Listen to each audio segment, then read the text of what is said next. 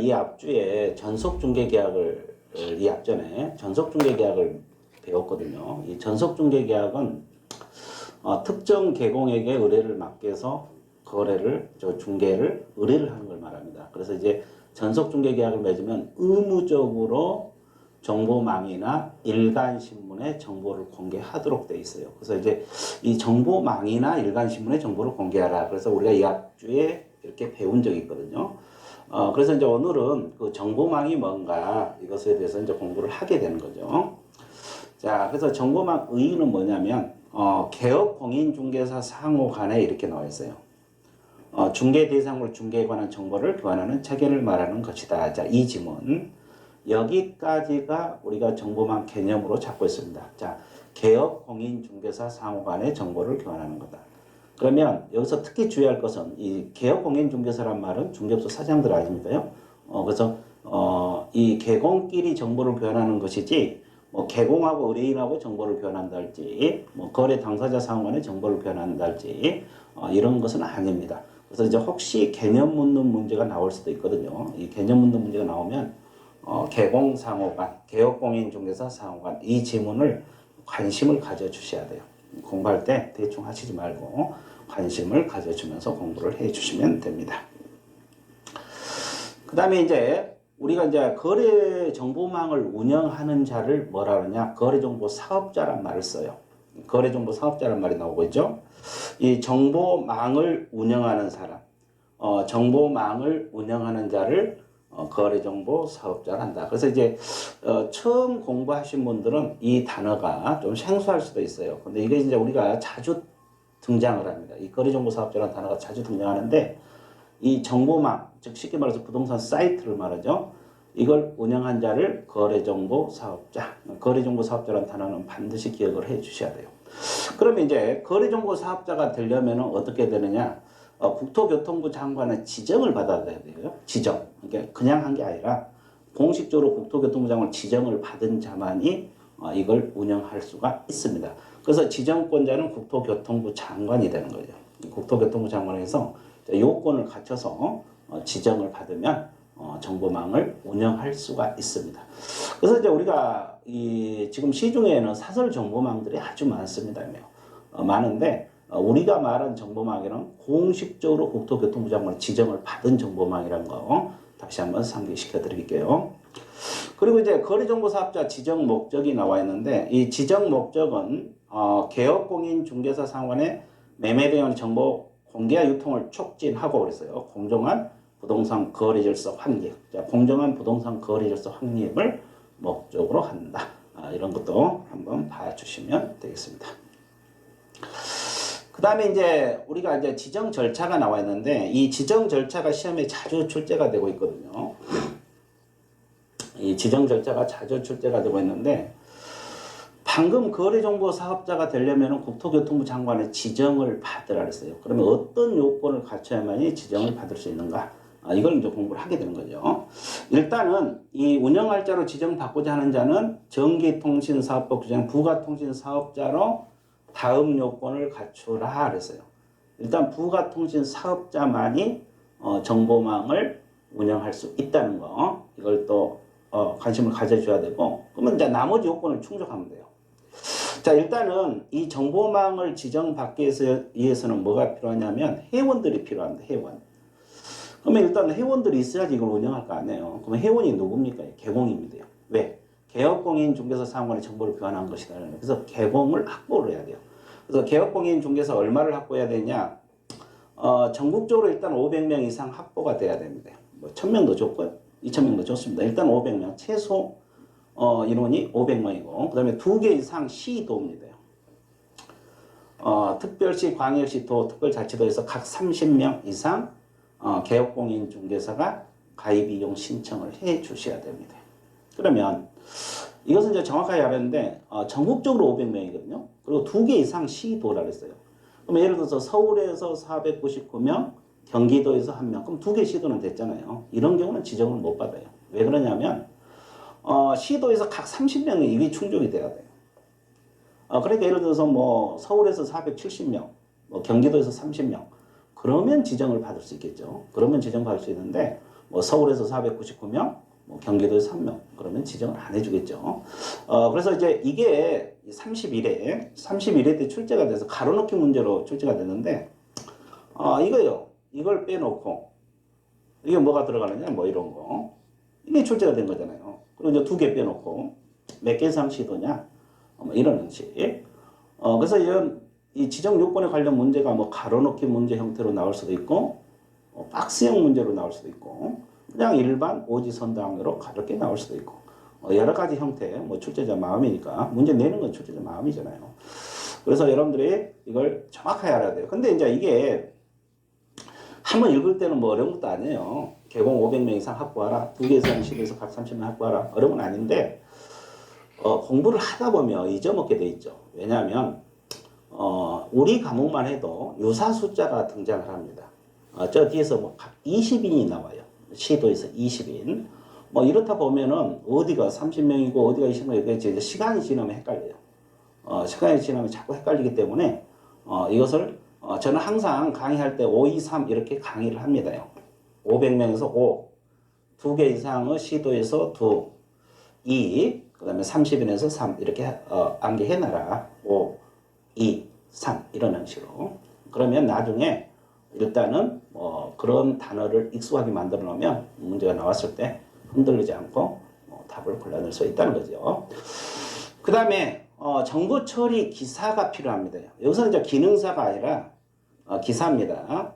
이걸 신경 써야 돼요. 한 명은 절대 안 틀려요. 한 명 해갖고 틀리신 분은 거의 없을 거예요. 그러니까 한 명은 신경 안 써도 되고 이걸 좀 신경 써야 돼요. 정보 처리 기사입니다. 이게 전산망이기 때문에 정보 처리 기사 자격증이 있는 사람이 필요하다. 전산망이기 때문에 정보 처리 자격증이 있는 사람이 필요하다. 근데 기능사가 아니라 기사 한 명이라는 거. 그 다음에 여기서는 공인중개사입니다. 이제 부동산 사이트잖아, 이게. 부동산 사이트이기 때문에 공인중개사가 한 명 있어야 돼요. 여기는 개업공인중개사고, 회원들은 여기는 공인중개사입니다. 이거 흔들리면 안 돼요. 공인중개사라는 거 우리가 뭐라고 배웠습니까? 자격증을 가지고 있는 사람. 자격증만 가지고 있는 사람. 부동산 사이트니까 일반적으로 자격증 있는 사람 한 명 정도 있어야 되겠죠. 그래서 한 명이 필요합니다. 다 필요한 것들이에요. 그리고 이제 이걸 운영하려면 이제 컴퓨터 필요하겠죠. 근데 용량이 아주 커야 돼요. 그래서 국토교통부 장관이 정하는 용량입니다. 국토교통부 장관이 정하는 용량 및 성능을 갖춘 컴퓨터 설비를 확보하라. 그래서 우리가 뭐 개인 컴퓨터 갖고는 이건 안 되겠죠. 왜냐하면 이 500명 이상 개공으로부터 정보가 뭐 하나 매물만 올라온 게 아니라 수십 개, 수백 개 매물이 올라올 수도 있어요. 그걸 전국적으로 이렇게 올라오는데 그걸 소화해낼 수 있는 컴퓨터 이런 걸 확보가 돼야 됩니다. 그래야지 이 사람들이 이걸 운영을 해서 정보를 받아가지고 내려보내고 할 겁니다. 그래서 이거 과거에도 이것도 시험 출제된 바 있고 컴퓨터 설비. 그래서 4번은 이 두 가지 다 신경 써야 돼요. 국장이 정하는 컴퓨터 설비란 거 여기까지 신경을 써 주셔야 됩니다. 자, 이걸 갖춰서 그러면 신청은 국토교통부 장관이 하거든요. 왜냐하면 지정권자가 국토교통부 장관이기 때문에. 그러면 우리가 신청할 때 구비 서류를 제출해야 될 거 아니에요. 그래서 구비 서류가 뭐냐면 국장에게 제출한다는 거. 자, 그리고 이제 이 법인 등기상 증명서잖아요. 이건 우리 과목의 공통이야. 다 확인 서류입니다. 얘예요. 확인. 그래서 이제 우리가 구비 서류 물어볼 때 우리가 앞에서 배웠잖아요. 공인중개사 자격증이랄지 법인 등기상 증명서 이것은 확인입니다. 확인. 이건 제출 서류가 아니라 확인 서류란 거. 자, 다 공통이에요. 그래서 여기도 마찬가지. 법인 등기상 증명서 확인이고 그럼 이제 뭘 제출해야 되느냐? 이거 억지로 안 외워도 돼요. 이것이 뭐냐면 방금 우리가 지정 요건에서 배웠던 거예요. 거기에 관련된 서류입니다. 지정 요건에 관련된 서류. 우리가 이제 아까 500명 이상 개공 확보하라 그랬잖아요. 그러니까 이제 이 개공들 가입 이용 신청서 그 개업권자 중개사 등록증 사본을 제출하면 돼요. 아까 우리가 개공 확보하라 그랬잖아요. 등록증 사본. 사본 제출하면 돼요. 우리 과목에서 이제 대부분 원본이 많이 나오거든요. 원본을 반납하라 이런 게 많이 나오는데 여기서는 사본입니다. 왜 그러냐면 개업공인 중에서는 등록증을 사무소에 게시하고 영업을 해야 되잖아요. 근데 등록증을 반납해버리면 안 되지. 그래서 이게 지정 받을 때 사본을 제출해 주면 이제 이 지정받을 사람이 그것을 갖춰서 제출해서 지정을 받는 거죠. 그래서 여기는 4번이 나와요. 그리고 아까 정보처리기사 한 명 확보하라 그랬잖아요. 거기에 관련된 4번. 공인중개사 아까 한 명 이상 확보하라 그랬잖아요. 4번. 자, 이것도 특이한 거죠. 우리 과목에서 자격증은 전부 확인 서류인데 여기서는 4번을 제출을 해야 돼요. 여기서는 4번을 제출합니다. 여기서는 4번 제출한다는 거. 그래서 이 우리 과목에서 4번 나온 데가 여기가 나와요. 대부분 원본이 많이 나오는데 4번 나온다는 거 이거 알아두시고, 그 다음에 아까 컴퓨터 설비 확보하라 그랬죠. 거기 확인할 수 있는 서류, 그리고 부가통신 사업자여야 된다니까 부가통신사업 신고서를 제출하였음을 확인할 수 있는 서류.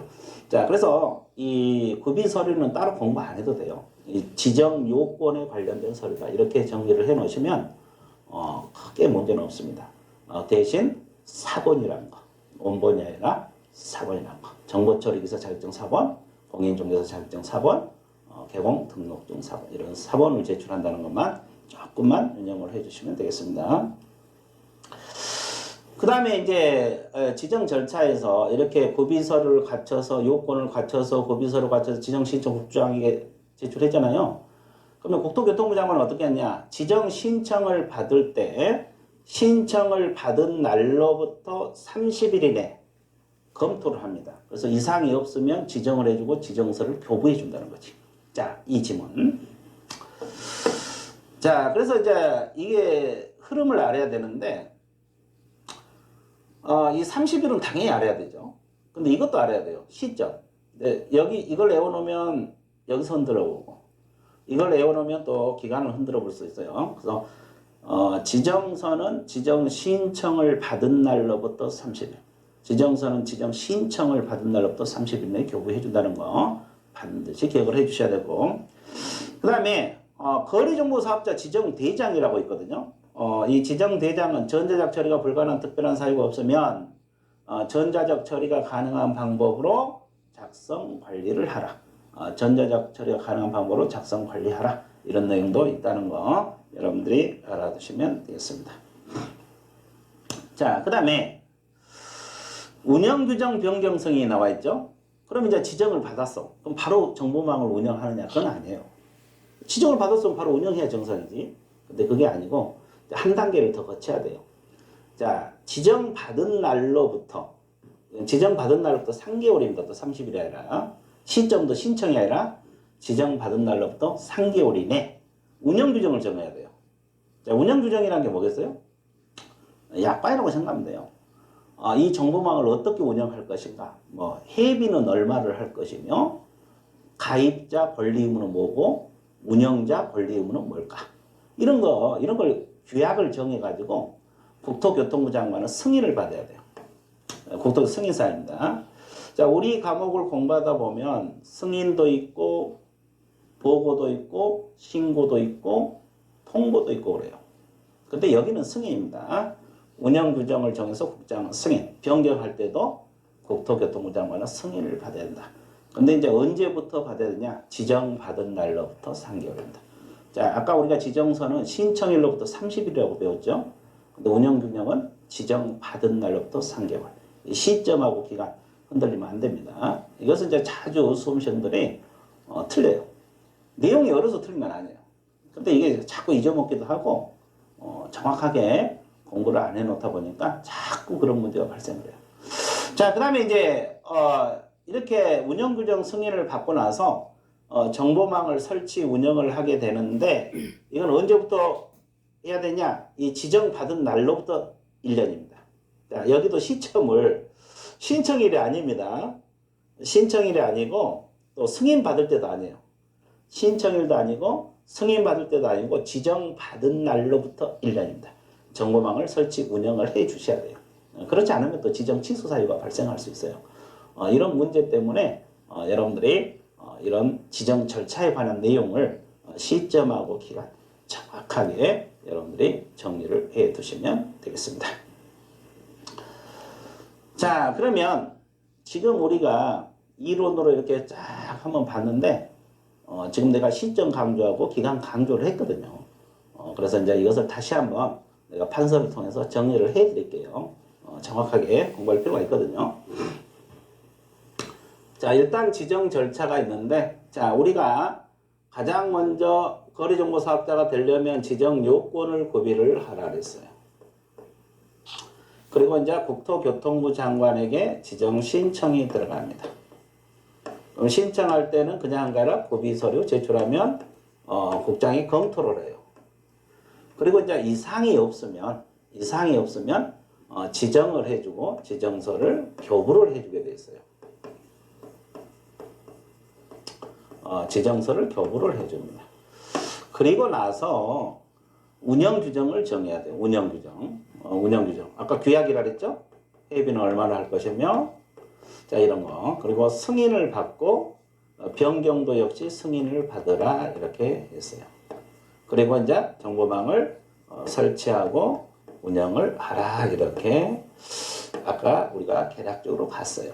자, 그러면 이것을 이제 다시 한번 이렇게 일목요연하게 이렇게 정리를 하게 되면, 일단 지정 요건은 아까 공부했죠? 일단 부가통신 사업자만이 가능해요. 전기통신 사업자, 부가통신 사업자가 안 되면 일단 지정을 못 받고요. 플러스입니다. 그 다음에 뭐가 필요하냐? 아까 회원이 필요하다 그랬죠. 회원. 그러면 회원이 아까 누구라 했으면 개업공인중개사로 분명히 이야기했어요. 그러면 개업공인중개사가 전국적으로 500명 이상이죠. 그리고 2개 이상 시도라 그랬어요. 이 시도할 때 시는 특별시 광역시를 말합니다. 각 30인, 30인 이상 가입 이용 신청을 하라. 그래서 내가 5, 2, 3 이렇게 한계를 했어요. 그리고 이제 이게 전산망이기 때문에 정보 처리 기사라 그랬어요. 기사 1명 이상입니다. 그리고 부동산 사이트이기 때문에 공인중개사 자격증이 있는 사람, 자격증이 있는 사람 1명 이상이라 했어요. 그래서 내가 1명은 신경 안 써도 된다 그랬어요. 이거 틀리신 분 없어요. 그러니까 일단 기능사가 아니라 기사란 말, 개업공인중개사가 아니라 공인중개사란 말, 그리고 국토교통부 장관이 정하는 컴퓨터 설비를 확보하라 했어요. 그래서 여기서 컴퓨터 설비는 용량이 아주 커야 되거든요.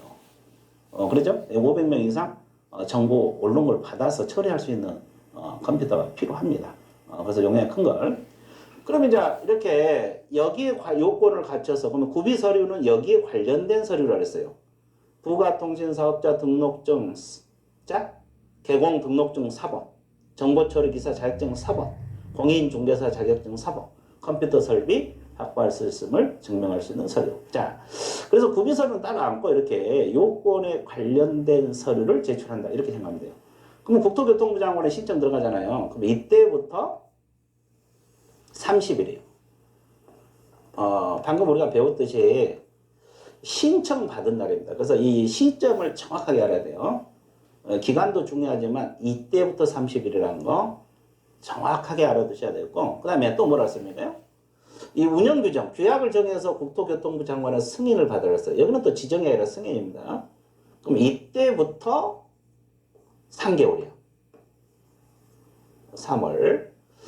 자, 지정서는, 이 지정서란 것은 신청을 받은 날로부터 30일이 되는 거고, 자, 운영규정은 지정받은 날로부터 3개월 이내가 되는 겁니다. 그리고 설치 운영은 또 무한정 운영을 안 하면 안 돼요. 그래서 언제부터? 이날로부터요. 자, 이날로부터 1년 이내입니다. 자, 봐보세요. 자, 우리가 상식으로 생각하면 보통 이제 승인시로부터 계산할 수가 있어요. 승인시. 이날로부터 1년이다 이렇게 판단하기 쉬운데 그게 아닙니다. 신청일도 아니고 이 지정받은 날, 이게 지정받은 날이거든요. 지정받은 날로부터 1년 이내, 지정받은 날로부터 1년 이내, 지정받은 날로부터 1년 이내, 지정받은 날로부터 1년 이내 설치 운영하라. 이렇게 시점하고 기간 이걸 정확하게 공부를 해 주셔야 돼요. 그래서 이제 내가 왜 이렇게 강조를 하냐면, 우리가 이제 공부하면서 모의고사를 한 달에 한 번씩 또 월별 모의고사도 보고 그래요. 그리고 이제 9, 10월 달에 가면 모의고사 엄청 많이 풀 건데 이게 자꾸 틀려요. 그러니까 이게 왜 틀리냐면 이거 내용 많지도 않아요. 내용 많지도 않고 공부할 게 그렇게 많은 내용도 아니에요. 근데 이 시점 흔들어 보면 자꾸 틀린다고요. 시점 흔들면 틀리고 기간 흔들면 틀리고. 그래서 이제 이 지정 절차는 일단 절차잖아요. 절차기 때문에 일단 흐름 알아야 되고 거기에 관련된 기간하고 시점 이렇게 여러분들이 정확하게 정리를 해 놓으시면 문제 푸는 데도 전혀 지장이 없을 겁니다. 자, 그래서 이 지정 절차 관련 내용 끝났고요. 자, 그러면 방금 우리가 배웠듯이 이제 지정을 받으면 거래정보사업자가 되는 거예요. 이 지정을 받으면 거래정보사업자가 되는 거고, 이 운영자